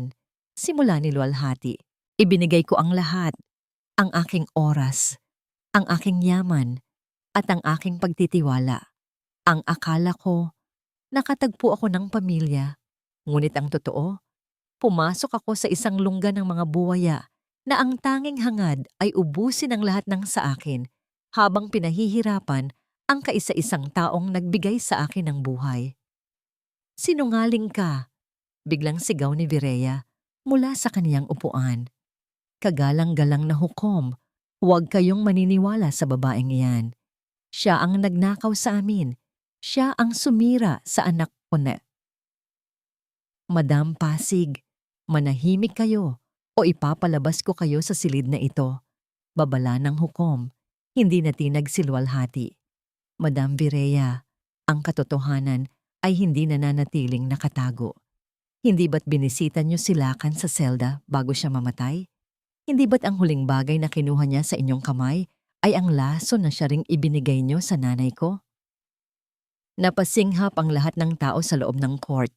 Ang revelasyon tungkol sa pagkamatay ni Lakan ay tila isang bombang sumabog. Namutla si Vireya, ang kanyang mga labi ay nangatal. Wala kayong ebidensya. Si Lakan, nagpakamatay siya dahil sa'yo. Tili ni Vireya, ngunit ang kanyang boses ay punong-puno na ng desperasyon. Ipinakita ni Attorney Aragon ang huling ebidensya, ang memory card na nakuha mula kay Gat. Doon, malinaw na maririnig ang usapan ni Vireya at Lakan tungkol sa kung paano nila liligpitin si Luwalhati at ang kanyang ina kapag nakuha na nila ang pirma. At higit sa lahat, ang pag-amin ni Vireya na mas pipiliin niyang mamatay ang sariling anak kaysa maging testigo ito laban sa kanya. Sa puntong ito, patuloy ni Attorney Aragon, ang mga ari-arian na sinubukan nilang ilipat ay tuluyan nang na-freeze at ibinalik sa pangalan ng aking kliyente. Madam Vireya, wala na kayong kumpanya, wala na kayong hasyenda, at higit sa lahat, wala na kayong kalayaan. Nang basahin ng hukom ang hatol, guilty sa lahat ng kaso at warrant of arrest para sa murder charge ni Lakan, tila huminto ang mundo para kay Vireya. Hindi ito maaari. Sigaw ni Vireya habang nilalapitan siya ng mga pulis para pusasan. Ang hasyenda Maligaya ay akin. Ang pera ay akin. Luwalhati, ibalik mo sa akin ang lahat. Akin ang lahat ng yan. Sa gitna ng kaguluhan, habang kinakaladkad si Vireya palabas, ang matanda ay tuluyan nang nawala sa kanyang sarili. Nagsimula siyang tumawa ng malakas, isang tawang nakakapangilabot, habang pilit na inaayos ang kanyang mga perlas na nalaglag na sa sahig. Lakan? Anak, nasaan ka? Maghahanda pa tayo para sa party. Bulong ni Vireya sa kawalan. Ang kanyang mga mata ay wala ng buhay. Ang daming bisita. Kailangang maganda ang suot ko. Tumingin si Luwalhati sa kanyang dating biyenan. Walang bahid ng tagumpay ang naramdaman niya, kundi isang malalim na pagkahabag. Ang kasakiman ay tuluyan ng nilamon ng kaisipan ni Vireya hanggang sa wala na itong natira, kundi ang ilusyon ng kaniyang nawalang yaman. Naramdaman ni Luwalhati ang isang kamay sa kanyang balikat. Si Inay Gunita. Tapos na, anak. Tara na, mahinang sabi ng kanyang ina. Lumabas ang mag-ina sa silid hukuman, iniiwan ang ingay ng mga kamera at ang mga tanong ng mga reporter. Sa labas, ang sikat ng araw ay tila isang pagbati ng bagong simula. Nay, handa na po ang lahat, sabi ni Luwalhati habang inaalalayan ang ina sa sasakyan. Ang bahay natin sa Batanes, naghihintay na sa atin. Walang hasyenda, walang kumpanya, tayo lang dalawa. Iyon ang pinakamagandang balitang narinig ko sa buong buhay ko, Lual. Nakangiting sagot ni Gunita. Habang umaandar ang sasakyan papalayo sa korte, tiningnan ni Luwalhati ang kaniyang sarili sa salamin. Ang babaeng nandoon ay hindi na ang asawa ni Lakan Pasig. Siya na si Luwalhati Marilag, ang babaeng piniling protektahan ng kaniyang nguuon, ang kaniyang ina, kaysa sa isang buhay na gawa sa ginto. ngunit puno ng lason. Ngayong hapon, ang huling sikat ng araw sa San Kalinaw ay tila nagpapaalam ng may kasamang pagbabasbas. Nakatayo si Luwalhati sa tapat ng malaking tarangkahan ng Hacienda Maligaya. Wala na ang mga nagniningning na fairy lights, wala na ang mga mamahaling sasakyan sa labas. Ang malaking mansyon ay tahimik, tila isang dambuhalang humihinga pagkatapos ng mahabang panahon ng pagkakasakit. Sa kanyang kamay, hawak niya ang mga susi ng bahay, isang huling ikot ng kanyang paningin sa malawak na lupain na naging saksi sa kanyang pinakamalaking tagumpay at pinakamasakit na pagkatalo bilang isang asawa. Handa na po ang lahat, Ma'am Luwalhati, sabi ni Attorney Aragon na nakatayo sa likuran niya. Ang mga dokumento ng benta ay pirmado na. Ang bagong may-ari ay isang korporasyon na gagawing isang agricultural school ang lugar na ito. Gaya ng hiling nyo, hindi na ito tatawaging Hacienda Maligaya. Napangiti si Luwalhati. Mabuti naman, attorney. Ang lupang ito ay nararapat na magbigay ng karunungan at pag-asa sa mga bata, hindi na para sa kasakiman ng iisang pamilya. At ang proceeds ng benta, ma'am? Tanong ng abogado.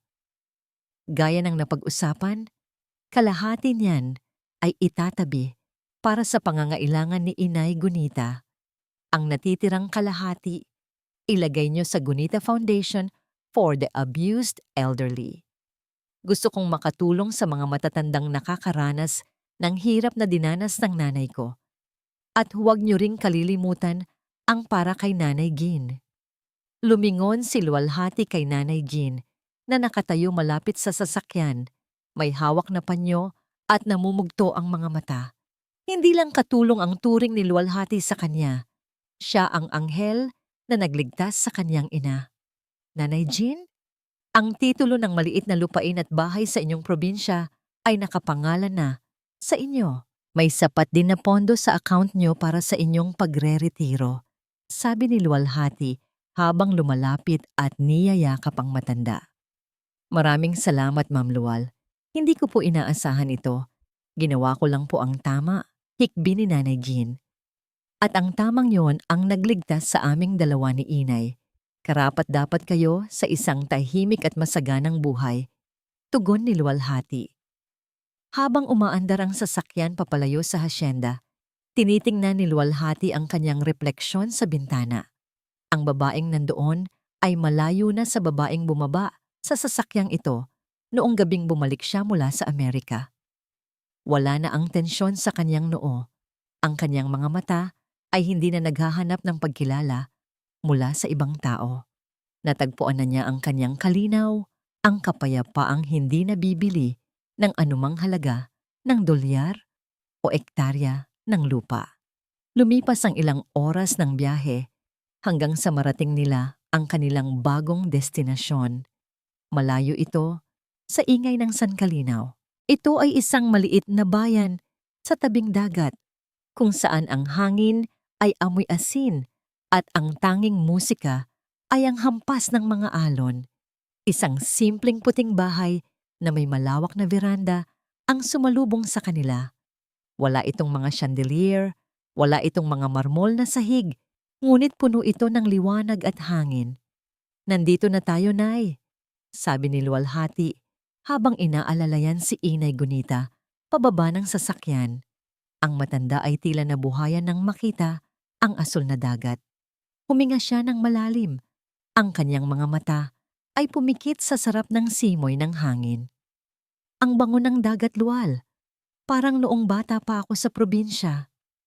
Dito na tayo titira, Nay. Wala nang mang-aapi sa inyo rito.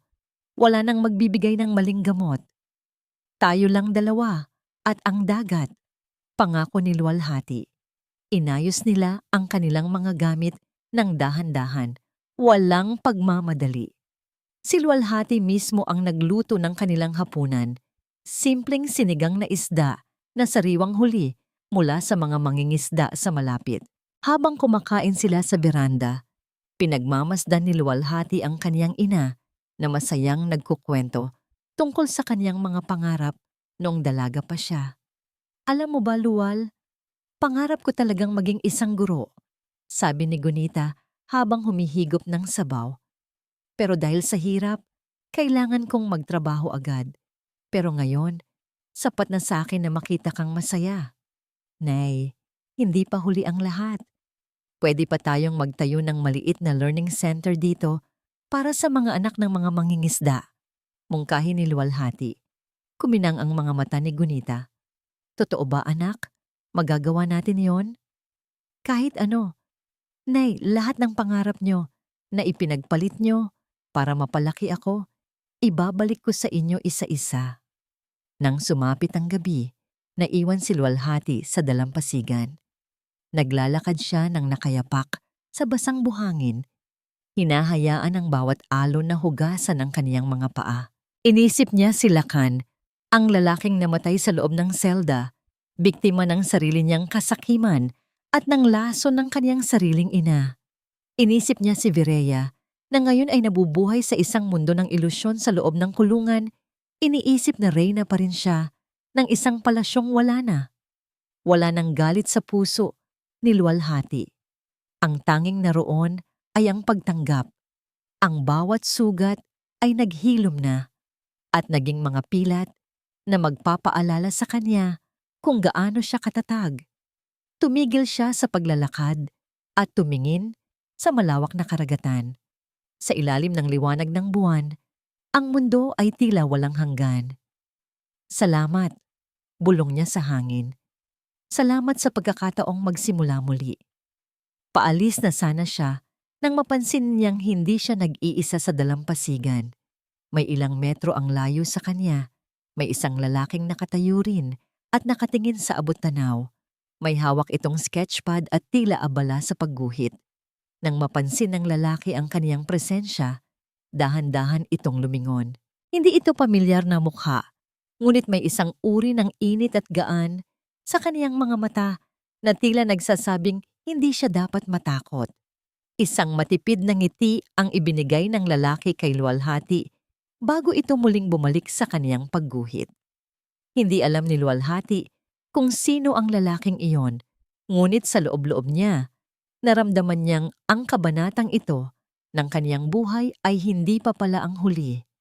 May mga bagong pahina pang darating, mga pahinang hindi na isinulat sa dugo at luha, kundi sa pag-asa at marahil sa isang bagong uri ng pag-ibig. Dahan-dahang naglakad si Luwalhati pabalik sa kanilang bahay, kung saan naghihintay ang kaniyang ina. Sa bawat hakbang, naramdaman niya ang gaan ng kaniyang mundo. Ang bukas ay hindi na isang banta. Ito ay isang regalo. Isang mapagpalang araw sa inyong lahat, mga minamahal naming taga-subaybay. Narito na tayo sa huling yugto ng ating kwento, ang sandali ng pag-aani ng kapayapaan matapos ang napakahabang unos. Maraming salamat sa pagsama sa amin sa bawat kabanata ng buhay ni Luwalhati. Ngayon, sabay-sabay nating saksihan ang kaniyang huling hakbang patungo sa tunay na kaligayahan. Sabi nila, ang dulo ng bahaghari ay hindi ginto ang matatatagpuan, kundi ang muling pagkabuo ng iyong pagkatao. Sa kwentong ito, natutunan natin na ang pinakamataas na uri ng tagumpay ay ang kakayahang tumalikod sa karangyaan para sa kapakanan ng iyong dangal at ng taong nagbigay sa iyo ng buhay. Paano nga ba nagtatapos ang isang kwento ng pagtataksil? Hindi sa higanti kundi sa paghilom. Ang sikat ng umaga sa tabing dagat ay may dalang init na tila humahaplos sa kaluluwa. Sa ilalim ng isang malaking puno ng talisay, ilang metro lang ang layo mula sa kanilang puting bahay, nakaupo si Inay Gunita. May suot siyang salamin at hawak ang isang makulay na aklat. Sa harap niya, 6 na maliliit na bata. Mga anak ng mga lokal na mangingisda. Ang nakikinig ng mabuti, ang kanilang mga mata ay punong-puno ng pagkamangha. Mula sa veranda, pinagmamasdan ni Luwalhati ang eksenang ito habang humihigop ng mainit na kape. 1 taon na ang lumipas simula nang lisanin nila ang San Kalinaw. 1 taon na ang lumipas simula nang gumuho ang Hacienda Maligaya. Ngunit sa bawat tawa ni Inay Gunita, habang nagtuturo sa mga bata, nararamdaman ni Luwalhati na ang bawat sakripisyo ay nagbunga ng higit pa sa kaniyang inaasahan. Wala na ang mga itim na bilog sa ilalim ng mga mata ng kaniyang ina. Ang kaniyang balat ay malusog na muli at ang kaniyang mga kamay, bagaman may mga kulubot ng edad, ay matatag na at hindi na nanginginig sa takot. At doon nagtatapos ang kwento ng mangingisda at ng kaniyang gintong puso. Sabi ni Inay Gunita sa mga bata, kasabay ng pagsasara ng aklat. Tandaan niyo mga anak, ang tunay na kayamanan ay hindi nahahawakan ng kamay, kundi nararamdaman ng puso. Nagpalakpakan ang mga bata bago isa-isang nagmano kay Gunita at masayang tumakbo patungo sa dalampasigan. Dahan-dahang tumayo ang matanda at naglakad patungo sa kinaroroonan ni Luwalhati. Mukhang napagod ang paborito kong guro, biro ni Luwalhati habang inaalalayan ng ina sa pag-upo sa selyadong gawa sa ratan. Nakakapagod pero masarap sa pakiramdam, Lual. Nakangiting sagot ni Gunita. Salamat anak. Salamat dahil binigyan mo ako ng pagkakataong mabuhay muli. Akala ko noon, sa madilim na sulok na yon na matatapos ang kwento ko. Hinawakan ni Luwalhati ang kamay ng ina. Nay, ako ang dapat magpasalamat. Kung hindi dahil sa katatagan niyo, baka hanggang ngayon ay nagbubulag-bulagan pa rin ako sa isang buhay na wala namang saysay. Kayo ang nagligtas sa akin sa kasakiman ko. Sandaling natahimik ang dalawa, pinakikinggan ang banayad na tunog ng mga alon.